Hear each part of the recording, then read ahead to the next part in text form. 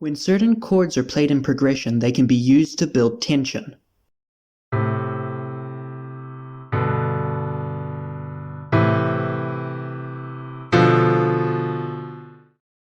But with nowhere to go, building tension is kind of pointless.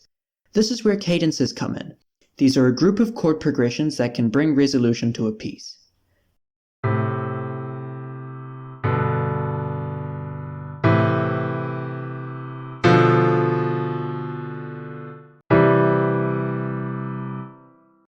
Cadences typically indicate the end of a progression and can be considered either strong or weak, but we don't need to worry about that.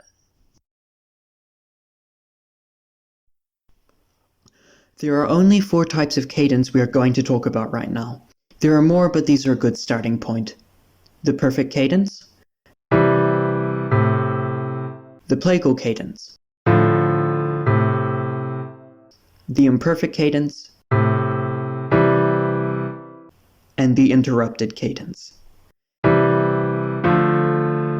Each of these cadences have a unique effect that you could probably hear just now, but let's go into more detail on each. The Perfect Cadence brings the most resolution to the piece out of all the ones we're going to talk about. This is achieved by moving from a 5 chord to a 1 chord.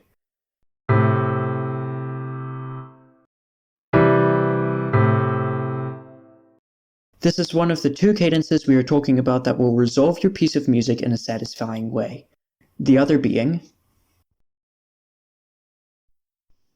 the Plagal Cadence is sometimes referred to as the Amen cadence. This is because of its overuse in hymns, usually set to the text Amen. This cadence is played by moving from the 4 chord, the one below the 5, to the 1 chord.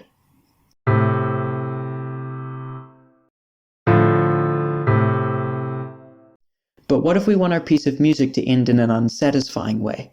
Well, we could use one of the other cadences, both of which will create a slight variation on an unsatisfying ending. For example, the Imperfect Cadence is very easy to remember. Just take the Perfect Cadence and play it in reverse, moving from the tonic to the dominant chord.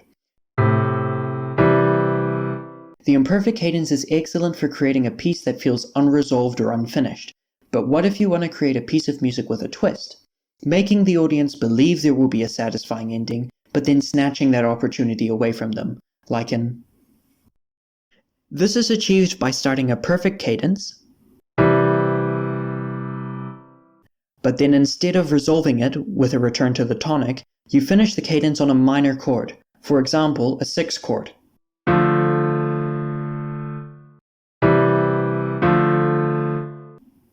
Now technically you could use any minor to finish this off, but using the 6 chord seems to be the most common.